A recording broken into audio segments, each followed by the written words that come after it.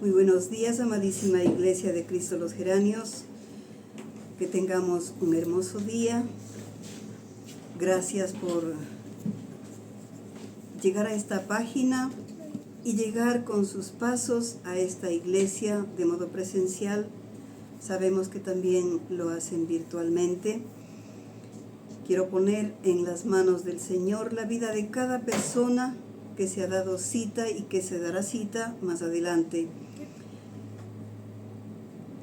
Tenemos la bendición de respirar, tenemos la bendición de caminar, de pensar, y Dios ha puesto tantas cosas para que hagamos el bien, porque Él nos quiere seguros en su eternidad para compartir con Él la gloria que en el cielo nos espera si es que le buscamos. Y estamos queriendo abordar un tema dentro del paseo del versículo más hermoso, Juan 3:16, y estamos haciendo paradas para poder ir analizando lo que el Señor tiene de regalo en ese versículo que todo mundo somos capaces de repetir. Y resulta que cuando nosotros llegamos a los pies de Jesucristo, llevamos la aspiración de primero conocerlo. Luego queremos saber por qué debemos hacerle caso en sus enseñanzas. Y al encontrar la respuesta, nos disponemos, porque siempre vamos a encontrar la respuesta que nosotros buscamos. Nos disponemos entonces a caminar siguiendo los pasos de Cristo. Hay veces que tenemos expectativas fantásticas que en otras iglesias nos han dicho. Por ejemplo, vivir siempre en felicidad, vivir en prosperidad económica, o que podemos hacer frente a muchísimos problemas y por poco ser los super hombres y las super mujeres. Olvidando que el que es súper es nuestro Señor. Nos creemos que nosotros ya tenemos el poder. Nuestro Señor Jesucristo ha puesto en nosotros, en cada uno de los cristianos que llegamos a sus pies, una misión para que podamos seguir. Y nos ha dado instrucción necesaria para hacerlo como el Señor quiere que lo hagamos. No sé si es que alguna vez alguien ha recibido una ayuda, pero no de la manera que nosotros queremos que sea hecha o dada. Y hay veces que estamos en silencio, decimos, y todavía de querer que le agradezcamos porque está haciendo mal, no está haciendo como es debido.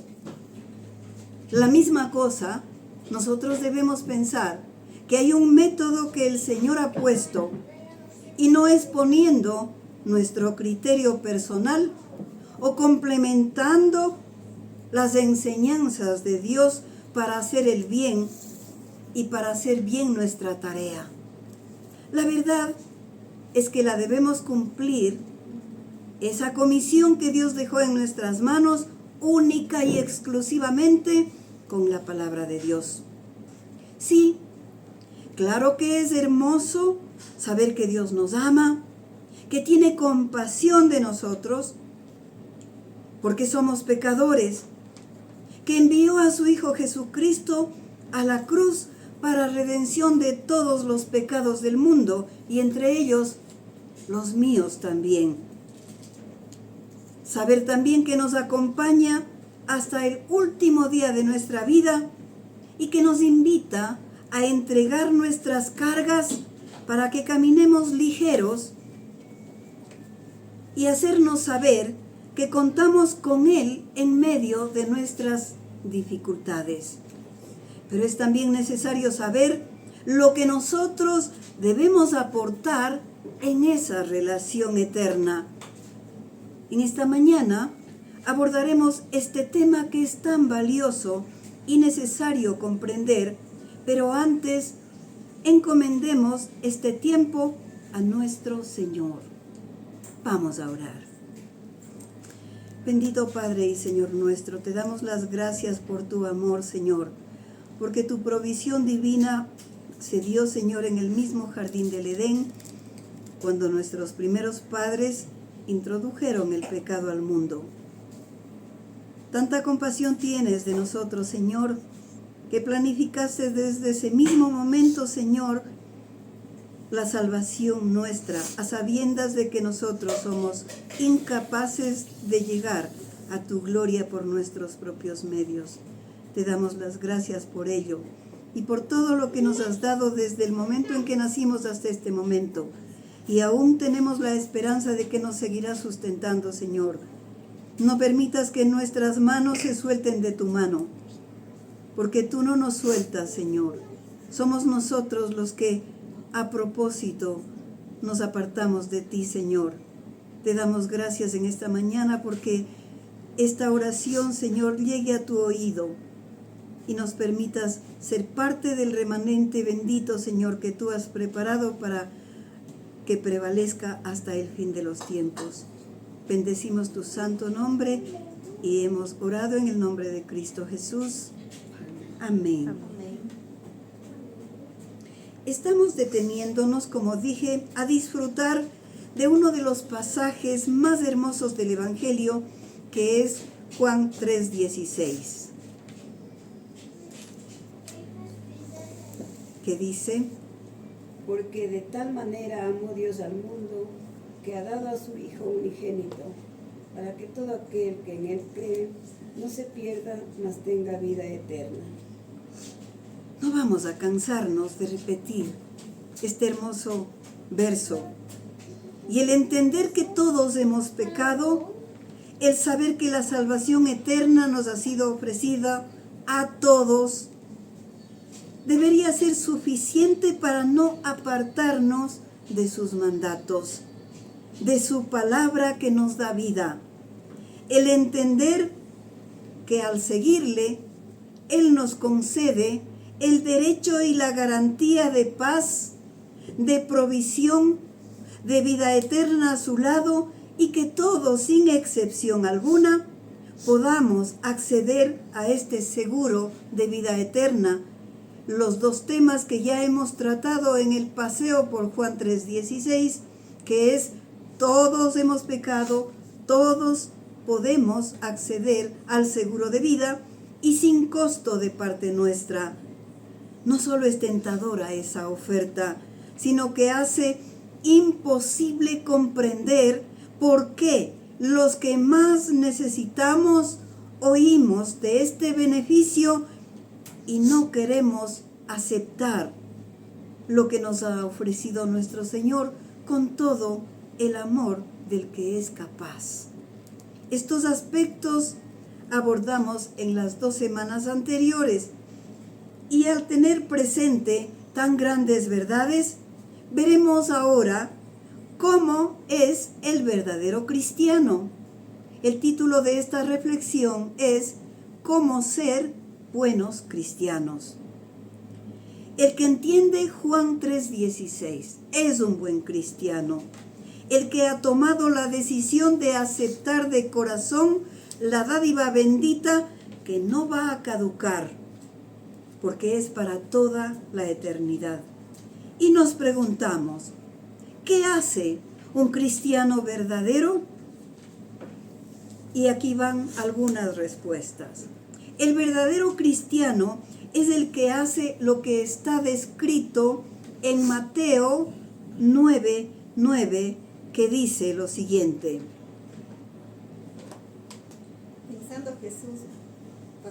Pasando Jesús de allí, vio a un hombre llamado Mateo, que estaba sentado al banco de los tributos públicos, y le dijo: sígueme. Y se levantó y le siguió. Es necesario entender el contexto de este pasaje. ¿Quién era Mateo? Mateo era un publicano. ¿Y qué es un publicano? Un publicano era por lo general un judío que colaboraba en el tiempo de Jesús con el gobierno romano para que él se encargara de cobrar impuestos a sus hermanos, como diezmos y aduanas, por el hecho de ayudar a los extranjeros que les estaban avasallando y exigir el pago de impuestos a su propio pueblo. Era una actividad que se mezclaba con codicia y corrupción. Desarrollaban demasiada corrupción todo el gremio, si cabe el término, de publicanos. Eran odiados y despreciados por el pueblo judío, puesto que los consideraban traidores a su pueblo. Y nuestro Señor Jesucristo viene y rompe esquemas al llamarlo y demostrar que aún los menospreciados podían recibir transformación radical a través de la fe y de la conversión. Cristo vino precisamente por los pecadores. Desde el punto de vista de Mateo, podemos entender que recibió este llamado como una manifestación de gracia, pues el judío promedio lo único que les demostraba a ellos era menosprecio, era odio, y que el maestro de quien oía que hacía cosas grandiosas, sea quien le diga, sígueme, fue para él la más grande distinción. Al parecer, su nombre era Leví, pero Jesús le cambió a Mateo, así como a nosotros también. Es posible que nos cambie nuestro nombre. El nombre de Mateo significa don de Jehová. Él se encontraba ¿en dónde? En su oficina, trabajando, en la mesa de los tributos públicos, en ejercicio de su profesión, igual que el resto de los discípulos a los que Cristo llamó. Notemos que del mismo modo que el enemigo se acerca con total facilidad a los holgazanes para tentarlos, Cristo llega con su llamamiento a quienes estamos ocupados. De manera que vamos a erradicar esa idea común que la gente dice que estar en Cristo es de gente que no tiene nada que hacer, de desocupados. El oficio que le daba total mala fama entre la gente piadosa era lo que le ponía a Mateo en el peligro de corromperse, y al parecer, como cuando la gente tiene contacto con bienes y riqueza, había muy poca gente honesta entre las filas de los publicanos. Pero Dios tiene su remanente en toda clase de gente. Nadie puede excusarse de incredulidad por el cargo que desempeñe. Por ejemplo, yo soy científico, yo soy abogado. No hay oficio pecaminoso. Pero del otro lado, tampoco hay oficio santificador. ¿Sabían que mucha gente que predica el evangelio, que trabaja para Dios, no está con Dios? Lo único que nos da seguridad, el estar con Cristo, es el seguro de vida, el único del que podemos recibir salvación. Mateo no estaba pendiente de Jesús. Él no le estaba buscando precisamente, ni tenía la menor idea de seguirle. A veces Cristo es hallado por los que no le buscan, porque en ocasiones es Cristo hablando primero. Y allí entendemos cuando en su palabra dice, no le hemos escogido nosotros a Cristo, sino Él a nosotros. A Mateo le dice, sígueme. Y este llamado fue tan eficaz porque Mateo, según lo que está escrito, dice, se levantó y le siguió. No rehusó, no puso argumento, no tardó y obedeció. El poder de la gracia divina hace una respuesta inmediata y supera toda objeción. Mateo dejó de esa manera su oficio atrás. Dejó también la probabilidad de ascensos que son codiciados en los trabajos. Y a través de la Escritura vemos que los llamados a ser sus discípulos también eran pescadores. Pero en algunos pasajes se ve que volvieron a pescar en una u otra ocasión. Pero a Mateo no se le vuelve a saber que volvió a su oficio. Fue radical. ¿Cuánto nos faltaría a nosotros para estar en la condición de Leví, que luego fue Mateo, para sentir sobre nosotros el privilegio de su llamado, del llamado a que le acompañemos a seguirlo y que nosotros nos dejemos llevar al instante por él, sin reproches, sin reflexiones razonables, para dejarnos guiar por nuestro Señor y para siempre, sin volver nuestra mirada a lo que fue antes nuestra vida, antes de conocerle, por supuesto. Se hace necesario reconocer que como pecadores somos indignos de recibir su misericordia y que es una distinción especial venir a ser hijos de Dios por su llamado. El verdadero cristiano hace algo también. Cree en Jesús como su único Salvador. En Hechos capítulo 4, verso 12 nos dice lo siguiente. Y en ningún otro hay salvación, porque no hay otro nombre bajo el cielo dado a los hombres en que podamos ser salvos.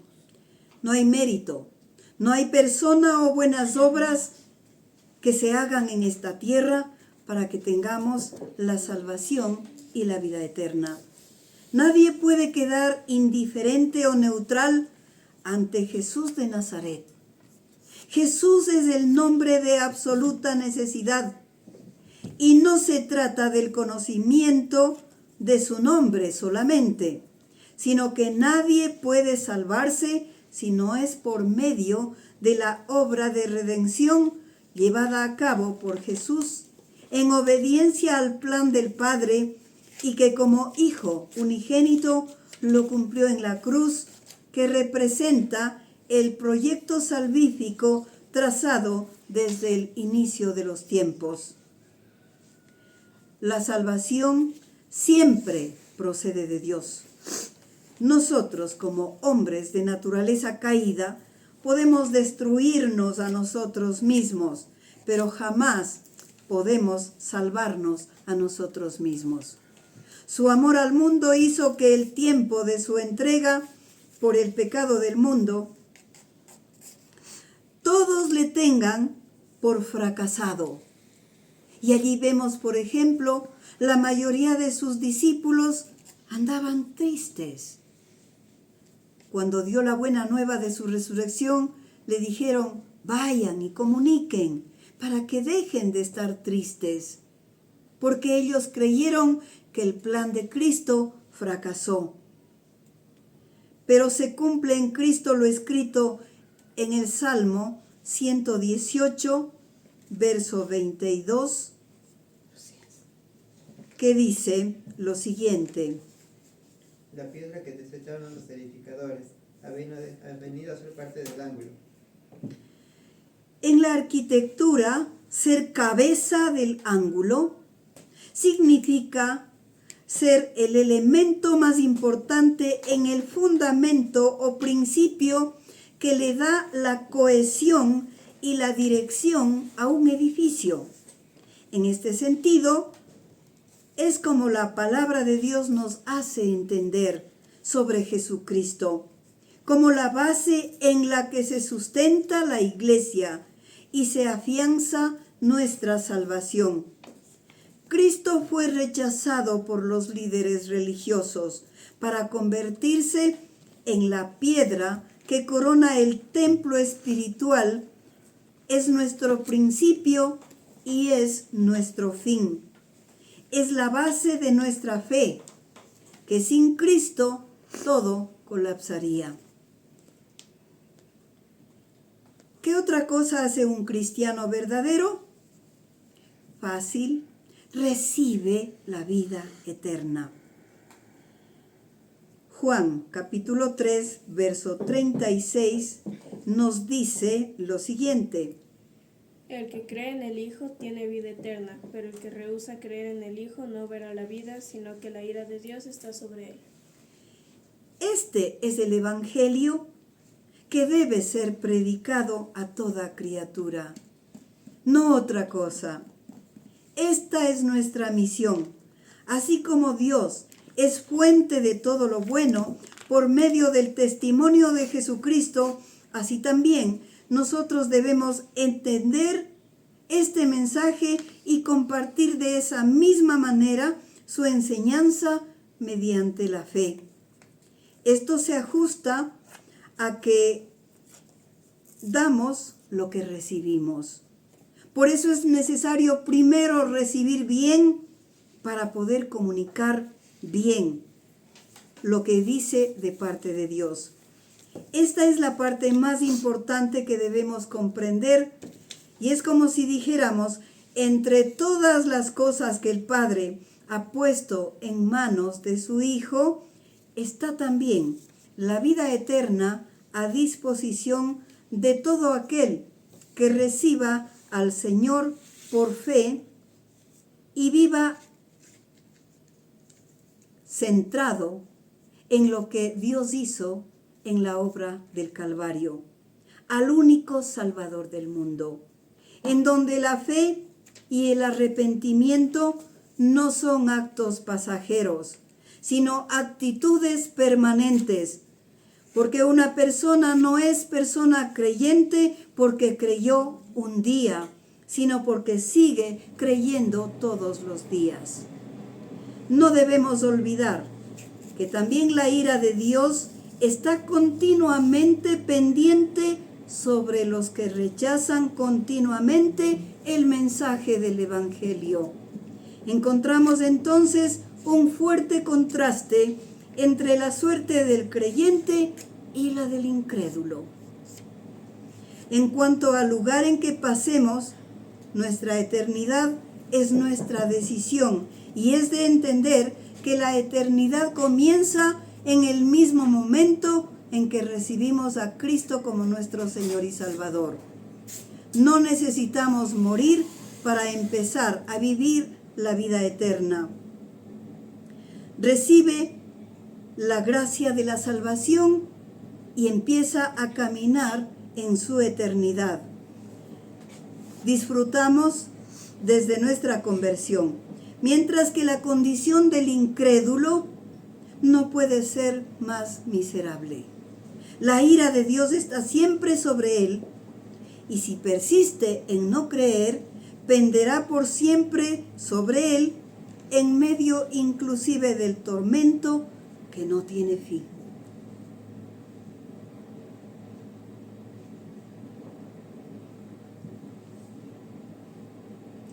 Nuestro Padre nos ha provisto de todo lo necesario para que podamos compartir a su lado la vida eterna. Sin embargo, Dios no impone por la fuerza el beneficio que nos ofrece y respeta el libre albedrío de cada ser humano. Entonces, depende de la decisión individual el hecho de recibir su palabra, entenderla, amarla y ponernos a vivir esa palabra que engendra vida para siempre. Cuando ponemos en práctica, podemos entender que la palabra de Dios es palabra de vida en realidad. Un cristiano verdadero, ¿qué hace también? Pues testifica de su Señor. Cada persona busca tener una vida de calidad. Y es más, en alguna ocasión habíamos compartido una actitud como ejemplo. Un ejemplo de buena voluntad, de amor al prójimo. Si encontramos un lugar donde expenden buenos productos a precios asequibles, lo primero que se nos ocurre es compartir con las personas que amamos y que sabemos pueden también beneficiarse de esas ofertas fabulosas. ¿Y qué hacemos nosotros con lo que Dios ha puesto en nuestras manos? Las buenas nuevas de salvación que conocemos y que provienen de Dios. La salvación, la vida eterna, la paz, la ayuda que nuestro Señor nos ofrece, junto con su compasión y con su misericordia. Y ni hablar de todo lo que personalmente hemos recibido. En broma y en cierto he dicho algunas veces que los gimnasios están llenos de gente buscando bajar de peso. No ha de ser porque no hay que comer, ¿o sí? En cambio, nosotros hemos tenido una transformación de vida y hemos experimentado que todo ha sido para nuestro bien. ¿Acaso eso no nos impulsa a testificar no solo con alegría, sino que lo reconozcamos con profunda gratitud? Porque quienes estamos en Cristo no podemos negar su compañía y su ayuda diaria. Nos ha sostenido en momentos más difíciles, nos ha provisto de lo necesario para nuestra vida, y cada promesa que nosotros hemos tomado de su generosa oferta, la ha cumplido, aunque no como nosotros quisiéramos, porque Dios no es humano, Dios es Dios, ni tampoco en los tiempos de nuestras expectativas, porque los tiempos son de Dios. Dios lo planifica y todo para ayudarnos como sea de mayor provecho para nosotros. Aún en lo más importante nos da la certeza de su cumplimiento, como nos dice en Romanos capítulo 10, verso 9, que dice lo siguiente: que si confesares con tu boca que Jesús es el Señor, y creyeres en tu corazón que Dios le levantó de los muertos, serás salvo. No necesitamos añadir obras a nuestra fe y tendremos garantizada nuestra salvación, entonces nunca más dudaremos. Un cristiano verdadero también se alegra de la salvación que tiene en Cristo. Cuando un deudor está a punto de ser encarcelado o despojado de sus bienes por no pagar su deuda y aún hasta los intereses, no quisiéramos experimentar la angustia de esta persona. Debe ser muy doloroso estar en una situación tan difícil, mucho más cuando hay gente a la que debemos proteger y que depende de nosotros. De pronto, los que vienen a embargarle o a llevarle detenido o detenida, solo se acercan para decirle: su deuda está pagada. Que alguien se encargó de cubrir lo que debía. Eso sí nos gustaría experimentar. El sabernos a salvo.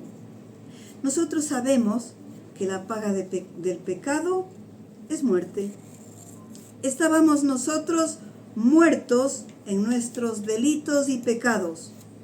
Pero leemos Romanos capítulo 8, verso 1, y dice lo siguiente: Ahora pues, ninguna condenación hay para los que están en Cristo Jesús, los que no andan conforme a la carne, sino conforme al Espíritu. El Señor tiene el poder de transformar un pecador en una persona que valora con convicción el sacrificio de Cristo en la cruz y va transformándonos en gente que no nos acostumbramos a buscar la guía del Espíritu Santo, pero que ahora sí lo hacemos. Y lo hacemos en cada circunstancia en la que vivimos, aún en los espacios que creemos que no tienen importancia. Los cristianos verdaderos también estaremos con Cristo.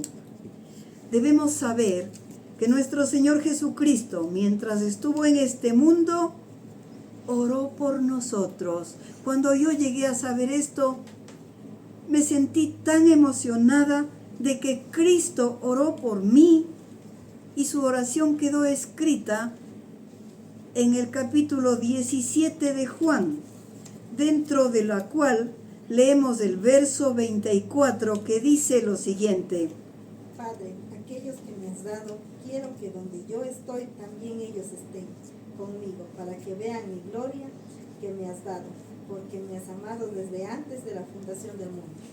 Amén. Es una petición de Jesús al Padre, para que también glorifique a todos los que hemos sido dados en las manos de Cristo. Después de pedir el Señor que nos santifique a nosotros, pide aún más al Padre y ruega que todos los elegidos lleguemos finalmente a vivir con Él en el cielo.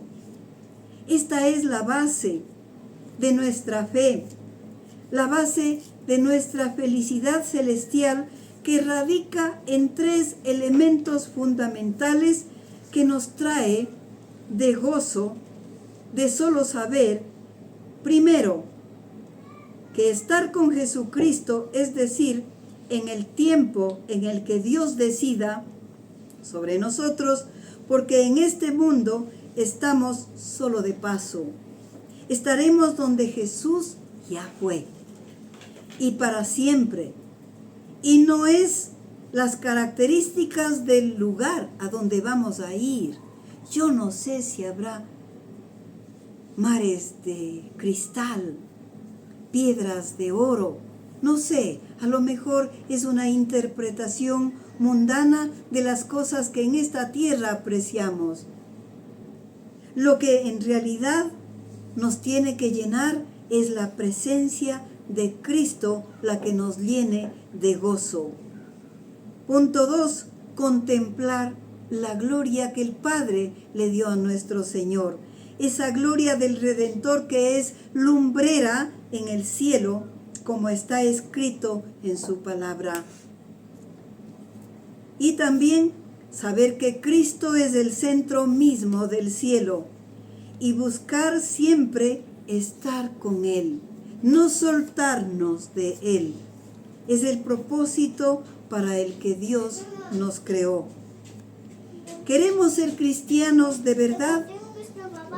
He aquí las características que van a hacer que logremos, porque aún la ayuda para ser verdaderos hijos de Dios nos ha provisto nuestro Señor. Es decir, Dios quiere que seamos buenos cristianos, que seamos sus hijos. Quiere también enseñarnos el camino para poder llegar a ser sus hijos. Y nos ha dejado al Espíritu Santo, que nos guía a toda verdad y nos recuerda todas las enseñanzas de Cristo cuando Él estuvo en esta tierra. Sí podemos llegar a ser cristianos verdaderos, y todo para la gloria de Dios. Amén. Amén. Estimada familia de Iglesia de Cristo Los Geranios, como siempre es un honor tenerles aquí con nosotros. Les mandamos un fuerte abrazo, que tengan una bendecida semana y les esperamos el próximo domingo. En el nombre de Jesús. Amén. Amén.